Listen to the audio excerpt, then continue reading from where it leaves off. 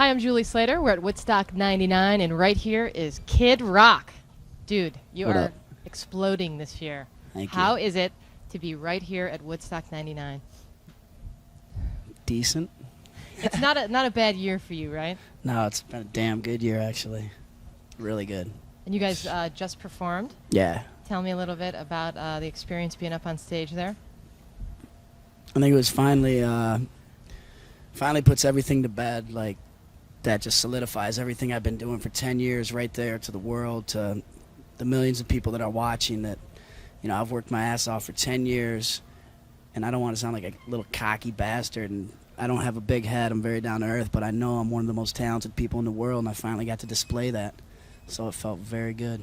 You guys put on an amazing show. I mean, even people around here who saw you play, they're just like, wow. How is it, like, you're also bringing Detroit. You're from Detroit. From Detroit. Outside Detroit, Romeo, Michigan. Nice. I'm actually not. I was brought up in Warren, Michigan. Yeah. So we're like totally We're linked both right Hicks. here. Warren and Romeo. Yeah. Although, have you looked around in Rome, New York? I don't know about I feel this right one. at home. So, when you're on stage, you actually played. I work for a radio station in New York City at K-Rock, and Yes. you've played a couple shows for us. And you guys, you have such a tight band. I loved when Twisted Brown Trucker. when you actually took. You can pretty much play all the instruments, right? Yes. And you go around. You were orchestrating the whole band with your drumsticks. It was really awesome. Thank you. How does that feel to just be up there? And is it going from like playing these small gigs to playing Woodstock? It's obviously incredible to look out and see a sea of people, but what's even more incredible is to feel it. You know, if it's real, you'll feel it. That's what I've always said, and I could definitely feel it.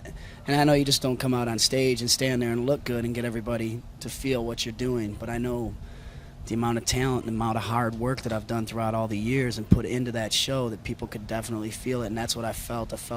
I'm not all vibey and trippy, but I felt the energy. I Right. did feel it. And how is it that you get all the women to take their shirts off? What's the magic behind that? They all want to fuck me. Very nice. Oh, you also, I've read I'm that, just serious. No, I sound I like believe it. I believe it. Everyone like, he's a dick.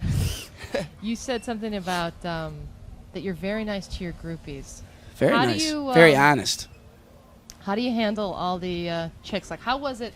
What's the difference with your life, like 5-10 years ago to now?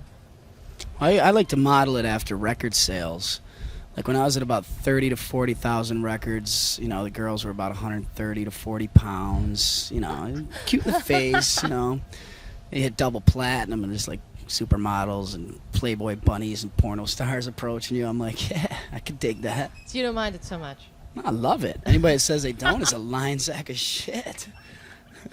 No, I don't like hot girls. Would you say that's I'm one in of it the for the reasons music. why Everybody's you got in it into for the music? What's that? Would you say that's one of the reasons why you? No, it boils down to this. got Everybody into it? is a musician because they love music. That's a given. You know what I mean? I think anything somebody does in life that they love, especially something that's not the norm, which, you know, like trying to become a star, music, acting, anything, they do it for the love of it, no doubt. So that's a given. Then it's why, what else do you really like about it? Like girls and money, yeah. You were just on Howard Stern last week. Tell Good me, guy. how's that going? It's going loves great. you guys. Yeah, couldn't believe it. I'm like, this guy's going to come in, start like, you know, I'm like, I was all ready to fire back at him. Right. Comes in, he's like, I love you guys. And I'm like, sweet. Well, he's totally probably envious of your lifestyle. You're totally single right now. He's living right? vicariously through me. And you also have, you're a single father. Yeah, I have custody of my son, Junior. And Hello. where is he? Is he out there right now? Hopefully watching.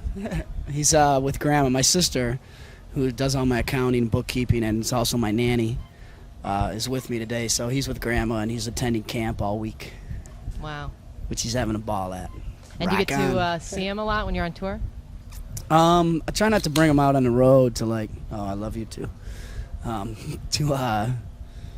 to the shows. It gets kind of crazy, but what I try to do is like if we play Orlando, I make the booking agency give me like 3 days off so we can spend some time at Disney World and do fun things like that, because I feel it's more about the quality of the time you spend rather than the quantity, Right. you know. So I try to make, you know, I can't be there all the time now. In the last year, it's gotten really hard, and that's the hardest thing about touring. But it's also the biggest thing that keeps my head level. You know, on the road, it's like, hey, Right. let's party. And at home, it's a little more calm. Up at 8:30, cooking pancakes and stuff. PTA meetings. Do you actually attend the PTA meeting? Not the PTAs, but I'd like to see that on parent-teacher film. conferences. Yeah, I'm not a member of the PTA, but I am involved. Yes. That must be Go to the pretty funny. classroom, help out. Make turkeys out of paper bags at like Thanksgiving. Like, Bob, do you mind cutting out the antlers over here for Christmas for the reindeer bags and stuff? Do you think you're influencing him at all, like as far Oh, as absolutely. a career? His role What you- model. Would you want him to do what you're doing? Want him to do whatever he wants. Cool. Give him all the tools to work with, or whatever he does. That's great with me. And what about Woodstock? Have you walked around at all? When'd you guys get here? You We and got your here this band. morning, rode the motorcycle around for a little while, and then somebody with a badge put an end to that. Hey, that's dangerous. You guys can't be driving around drinking beers. So I haven't really got to see a lot yet, but I'm gonna do press for a couple hours and then I'm gonna get out You there. definitely have to check it out. I wonder how it would be for you to walk around. Do you have to like disguise yourself, or do you love that people I love the check you people. out and come out and see I love it. Try to be very down to earth with everybody. On stage, I try to be the biggest superstar there ever was, and off the stage, I try to just be cool, hang out, say hi to people, and it's a tough balance sometimes, but you got to make the effort. You got to. And what about Joe C? You have a rapper that goes on stage with you. How did you guys get hooked up? He used to come to all my shows. He'd be standing on tables in the front row singing the lyrics. I'd be after the show. I'd be like, wow, that's really messed up. Like, somebody brought a little kid to my show. I'm like, this is not a show for the entire family. I used to at least be like 13, 14, And one night after a show, there's like, remember that little kid? He's downstairs, and he wants to smoke a joint with you. And I'm like, what? I'm like, go get him. I got to talk some sense to him. I was like, hey, little boy, where's your dad at, man? He's like, dude, I'm 21, blah, blah, blah. I want to smoke this joint with you. I'm like, he's talking to me. I'm like, would you like a job? He's like, I can't do anything. I'm like, it's not important right now. I was like, you got attitude flying all over this room. I was like, I'll teach you everything you need to know. Wow, and you guys are big partiers. Who do you think, does he take you up or what? Like, who's the No. biggest? I've seen you guys, I've heard you guys. Keith Richards ain't even got nothing on me. Your CD, Devil Without a Cause. What about, like, how long did that come together? It's kind of messed up. We started recording it in Detroit, and I put a hot tub in the studio, a couple video games, dart machine, a bed. So we pretty much screwed off the first 6 weeks and did nothing but like lay tracks with music. And then the record company came in, sent the troops up to Detroit. They're like, look, you got a week to finish this record or it's not coming out till next year. So I basically kicked everybody out of the studio. I engineer, produce everything, so I kicked everybody Do out. you play all the instruments and stuff on the record? Sometimes. The band helps. Yeah. So I basically just put it together in a week. Put the Jim Beam away, kept the strippers out of the studio, and like finished the record. You're also pretty good friends with Fred Durst from Limp Bizkit. Yeah. Are you going to check them out later tonight? Oh, for sure. Any I'm chance gonna run that you out there and might? pull his pants down.